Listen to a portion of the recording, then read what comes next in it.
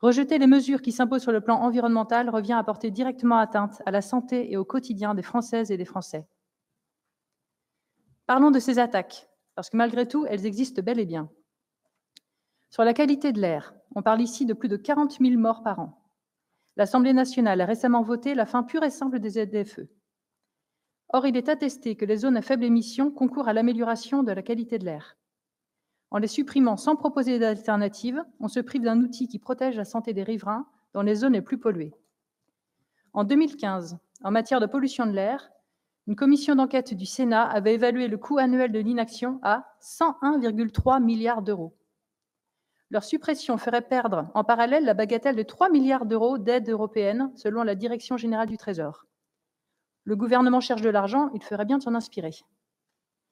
Bien sûr, on aurait pu faire mieux. Il faut travailler à l'égalité de l'accès au transport, aux alternatives. Les ZFE n'étaient pas parfaites, mais elles avaient au moins le mérite de pointer du doigt un vrai problème de santé publique et d'y apporter un bout de réponse. Sur la ZAN, alors que les territoires, et le nôtre en l'occurrence, se préparaient, travaillaient sur les questions de densification, de limitation de l'étalement, la loi a été détricotée, vidée de sa substance. Encore une fois, elle n'était pas parfaite, mais la question de l'emprise au sol n'est pas une lubie.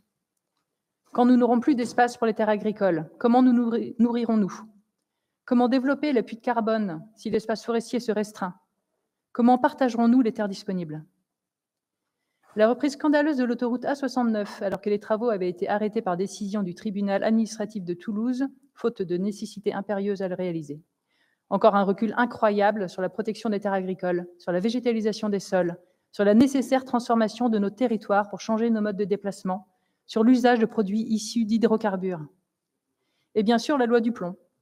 Comment ne pas être scandalisé par la manœuvre des députés du bloc central et de la droite, alliés à l'extrême droite, pour éviter tout débat démocratique pour réintroduire les néonicotinoïdes, des pesticides qui provoquent pollution des sols, de l'air, des eaux, mais aussi de nombreuses maladies dans la population française, à commencer par celles et ceux qui l'utilisent. Le coût financier pour la société est exorbitant, chiffré là aussi à des milliards d'euros.